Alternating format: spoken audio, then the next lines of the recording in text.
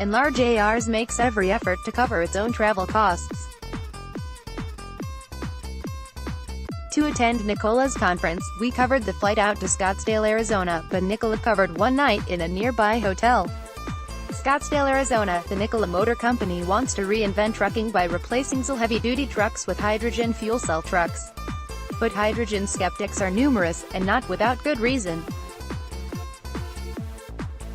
Although hydrogen fuel cell vehicles are quiet, emissions-free, with the exception of water, during operation, and relatively fast charging compared to battery electric vehicles, they have a host of other problems. First, hydrogen is hard to store, and it must be cooled and compressed. It's also hard to transport. Additionally, H2 is not a green fuel in the US, for the most part. Generally, natural gas, CH4, is reformed to create H2 in ways that still cause carbon emissions.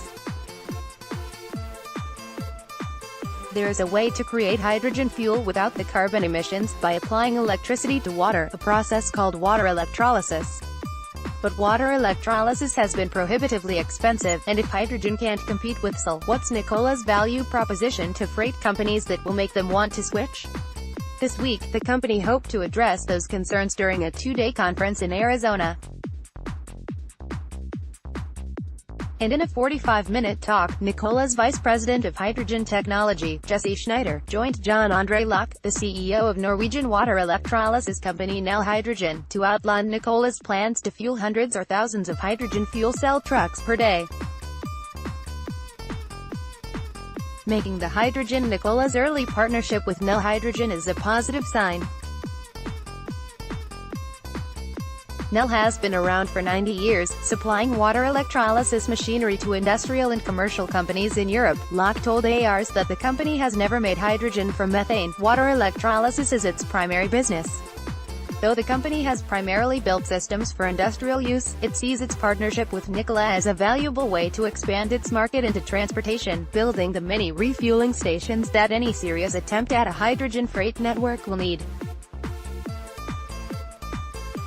In his presentation this week, Nikola's Schneider said that every one of the 700 refueling stations that the company plans to build across the U.S. would be powered by renewable energy supplemented by low-carbon grid energy, using equipment from Nel Hydrogen. Solar panels will be a prominent feature at every Nikola station, and Schneider later added that the company hoped to source a minimum of 30% of its electricity from these solar panels and other renewable forms of electricity. After his presentation, Schneider told Ars that the company would be targeting areas like Arizona, where low-carbon sources of electricity like solar and nuclear power make up a significant portion of grid energy, and areas like the Northeast, where hydroelectric power is dominant. But Nikola won't avoid setting up shop on more carbon-heavy grids. Schneider said where fossil fuel is a major source of power, Nikola will likely buy carbon offsets to keep its fuel green. Of course, carbon offsets have their own issues.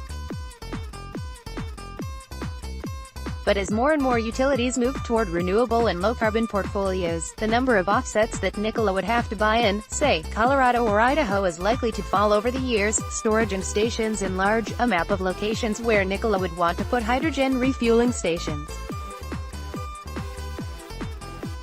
Nikola Motor Company Nikola's plan to create hydrogen at every station that it opens also potentially solves a problem that has plagued hydrogen fuel transportation and storage.